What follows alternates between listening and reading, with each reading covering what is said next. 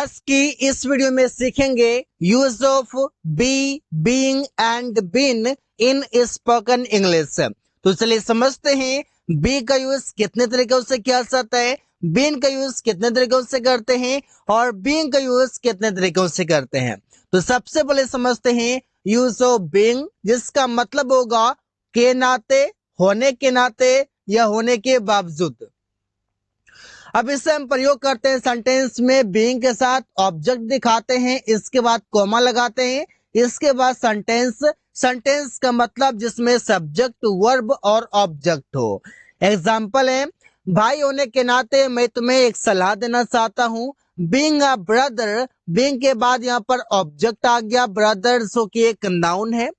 I want to suggest you, मैं तुम्हें एक सलाह देना चाहता हूँ। इसके ब्रदर के बाद यहाँ पर एक कॉमा यूज हुआ है और इसके बाद एक सेंटेंस है जो कि I want to suggest you है।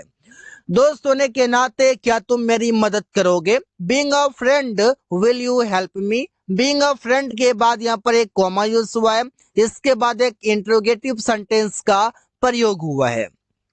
शिक्षक होने के नाते मैं तुम्हें कुछ बताना चाहता हूँ। Being a teacher, I want to tell you something. Being a teacher, शिक्षक होने के नाते I want to tell you something, मैं तुम्हें कुछ बताना चाहता हूँ। एक फौजी होने के नाते उसे लड़ना आता है। Being a soldier, he knows how to fight. Being a soldier, फौजी होने के नाते he knows how to fight, उसे लड़ना आता है। बीइंग के साथ वर्ब का थर्ड फॉर्म प्रयोग करते हैं, जिसका मतलब होगा कोई काम किए जाने से। जैसे हम बोलते हैं चोर गिरफ्तार होने से या चोर गिरफ्तार किए जाने से डरता है, तो the thief is scared of being arrested. Being arrested मतलब अरेस्ट होने से, गिरफ्तार किए जाने से। वो पीटा जाना नहीं चाहता है, he doesn't want being beaten. Being beaten मतलब पीटा जाना, कोई काम किए जाने से। वो पीटने के बारे में सोचकर चिंतित रहता है, he is worried about being beaten after thinking या फिर ओनली थिंकिंग, दोनों में से कोई भी प्रयोग कर सकते हैं। दोनों बहुत ही काफी यूजफुल भी हैं।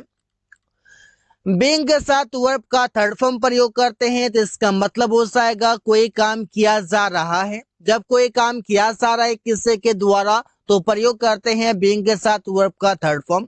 जैसे हम बोलते हैं सब्जेक्ट नहीं बल्कि यहाँ पर हमारा ऑब्जेक्ट होगा, क्योंकि सेंटेंस पैसिव वॉइस में बनाया जाएगा।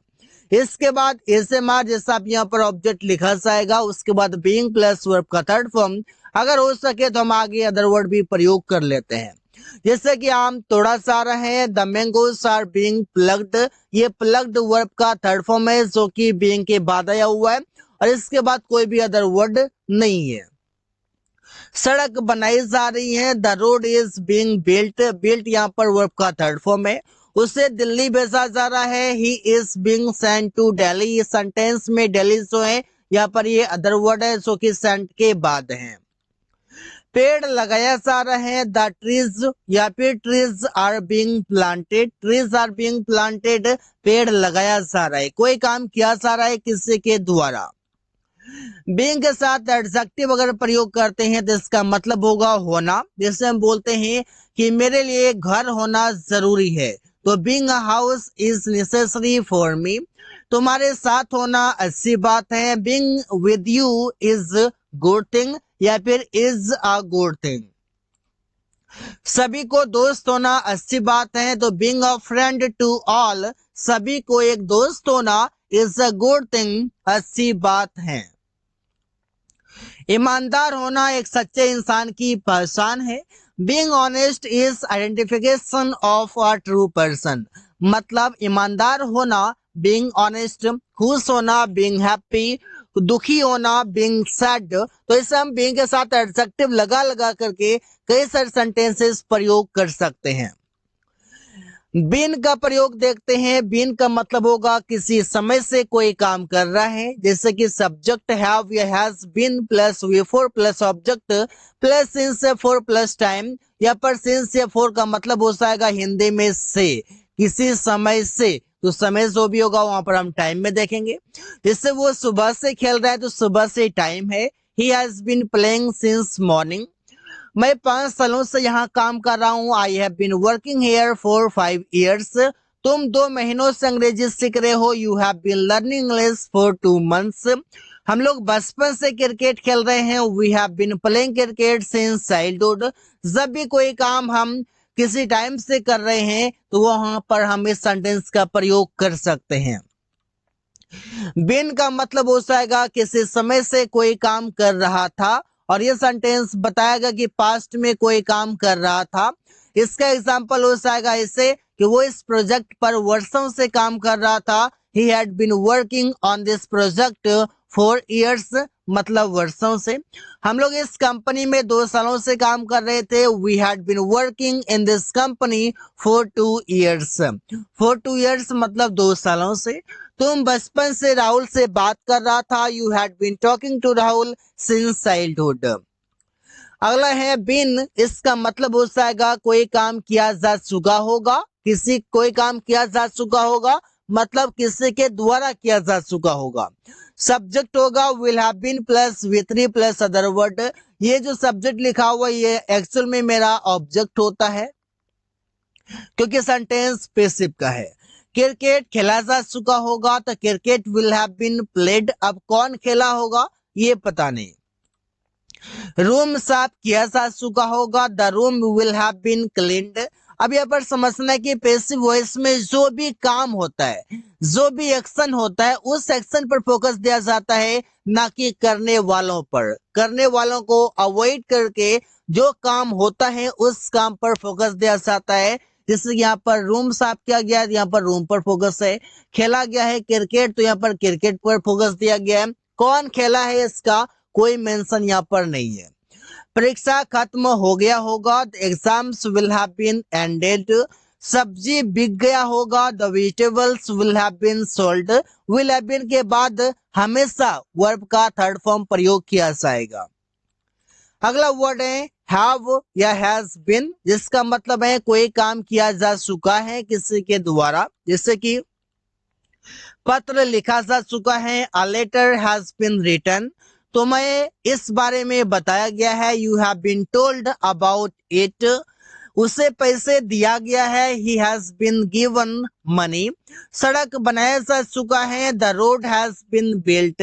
जब भी कोई काम किया जा चुका है किसी के द्वारा, जिसके द्वारा किया जाता है तो उसका तो नाम नहीं रहता, लेकिन जो काम किया जा चुका है उसे हम दिखाते हैं सबसे पहले।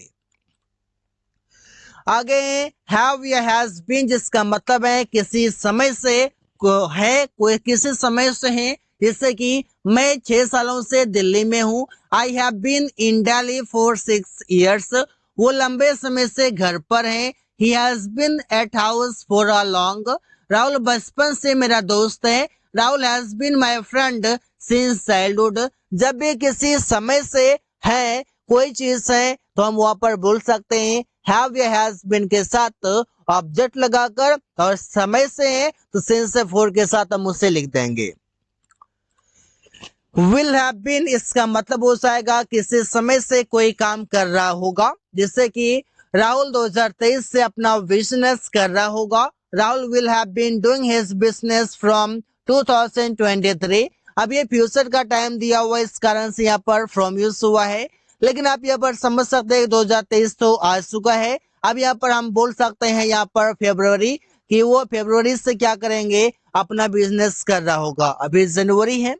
हम लोग कल से अपना काम करते रहेंगे। We will have been doing our work since tomorrow. Since tomorrow मतलब कल से, लेकिन यहाँ पर सिंस प्रयोग नहीं होगा, यहाँ पर हम प्रयोग करेंगे फ्रॉम। जहां पर भी हम सिंस यूज करते हैं उसके स्थान पर फ्यूचर टेंस में हम प्रयोग करेंगे फ्रॉम। तुम अगले साल से एक नौकरी करते रहोगे। You will have been doing a job since next year है, यहाँ पर हो जाएगा फ्रॉम नेक्स्ट ईयर। तो इससे आपको समझना है कि सिंस हम प्रयोग नहीं करते फ्यूचर के टेंस में किसी टाइम से के लिए। आगे है टू बी प्लस वर्ब का थर्ड फॉर्म, जो मीनिंग देगा कोई काम किया जाए। जैसे सब्जेक्ट के साथ हम यूज करते हैं, जैसे कि सब्जेक्ट के साथ हम यूज करेंगे like plus to be plus V3। आप सेंटेंस देखते हैं लाइक यूज कर सकते हैं, चाहे तो आप वांट यूज कर सकते हैं। तो कई सारे वर्ड्स हैं जो कि आप प्रयोग करेंगे। मैं चाहता हूं कि आपको कुछ पैसे दिए जाए। I want you to be given some money. मैं चाहता हूं कि आपको अंग्रेजी सिखाए। I want you to be taught English. अगला है बी। अब बी का मतलब होता है होना या बनना, जिसे हम प्रयोग करते हैं बी के साथ एडजेक्टिव और सेंटेंस बनेगा इंपरेटिव।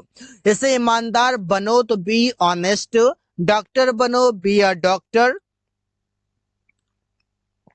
कड़ी मेहनत करने वाला बनो बी अ हार्ड वर्कर, खुश रहो बी हैप्पी, बहादुर बनो बी ब्रेव। तो यहाँ पर आप देख सकते हैं कि बी के साथ एडजेक्टिव का यूज किया गया है जो कि होना या बनना का मीनिंग दे रहा है।